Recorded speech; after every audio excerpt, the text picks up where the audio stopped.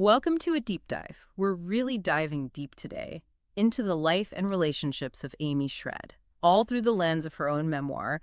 And let me tell you, this isn't your average feel-good story. Oh, absolutely not. Memoirs, they really give you that, what's the word, a raw, unfiltered look, at how someone sees their own life, how they tell it. And Amy's story, it's intense. Right away, you can tell her relationship with her older sister, Olivia, or Olly, it's huge EE. They were total opposites. Like night and day, right? Totally. Amy, the younger one, she's the rule follower, gifted academically, always trying to please. The classic good girl. Exactly. But Olly, she's the rebel, effortlessly cool, but with this, I don't know, this dangerous edge. You said it. And the memoir, it really gets into their rivalry. Those little details like the birthday party. Oh, tell me you're talking about the candle thing. That's the one. Amy's about to blow out her candles, all excited. And then, bam, Olly swoops in and does it. So frustrating. But also, what's that about, really? Right. Is it just typical sibling stuff? Or was there something deeper there? Was Olly threatened by Amy? Maybe. Even if Amy looked up to her. I mean, it makes you wonder, especially with those awful nicknames Olly used. Loser, zero, ouch. Those weren't just teasing, though, were they? They were meant to hurt. Maybe even showed Olly felt insecure in some ways. It's sad. And their parents, they didn't exactly step in much, did they? Almost like they were letting them fight it out. Not the best way to handle things. And, no surprise, with Olly, it escalates. Running away, drugs, it gets worse. That whole incident with the stolen silver, too. Talk about dysfunction, right? That really said a lot about their family dynamics. It makes you think, what does that do to a kid like Amy? Stuck in the middle of all that. It's heavy stuff. No wonder she threw herself into school, It was her escape, somewhere she excelled, where things made sense. There's that part in the memoir, she talks about the library, how it was like a sanctuary. Peaceful, organized, a total contrast to her home life. Exactly.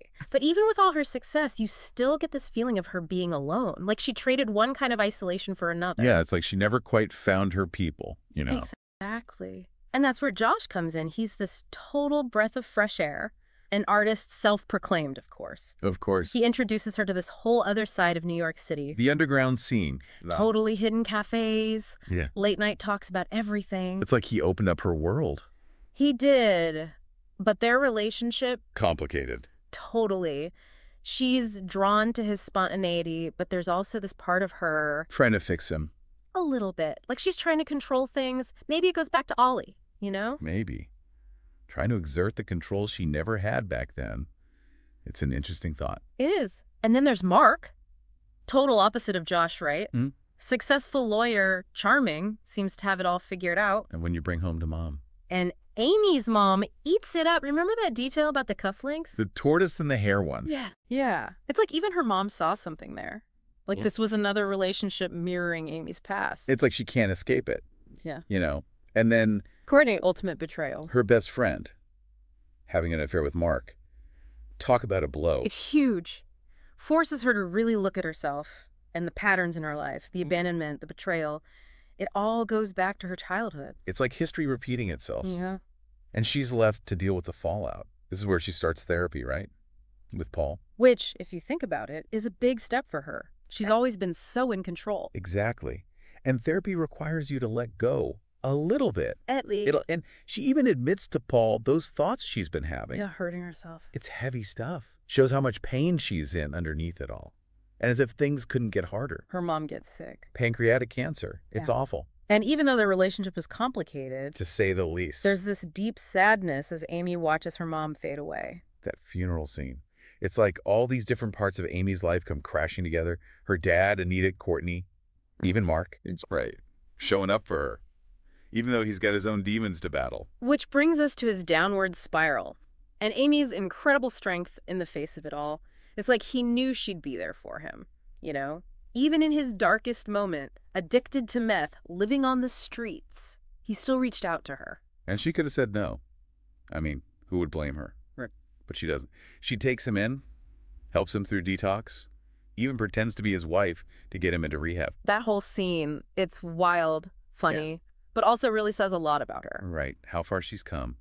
Remember how she used to shy away from those messy emotions? Yeah. And now look at her, facing it all head on. It's like she's finally breaking free from those old patterns, and just when it seems like Josh is turning a corner too, That's a cruel twist. he doesn't make it. That reminder that addiction, it's a lifelong battle, and even with all the love and support in the world, Sometimes it's not enough. it's heartbreaking. But there's that image at the end, Amy finding Josh's leather jacket. In a bag of groceries, of all things. I know, it's such a small thing, but so powerful. He's gone, but that piece of him remains. A reminder of his impact on her life. Exactly. And that last line about them being camarados, not soulmates, but something more, Deeper.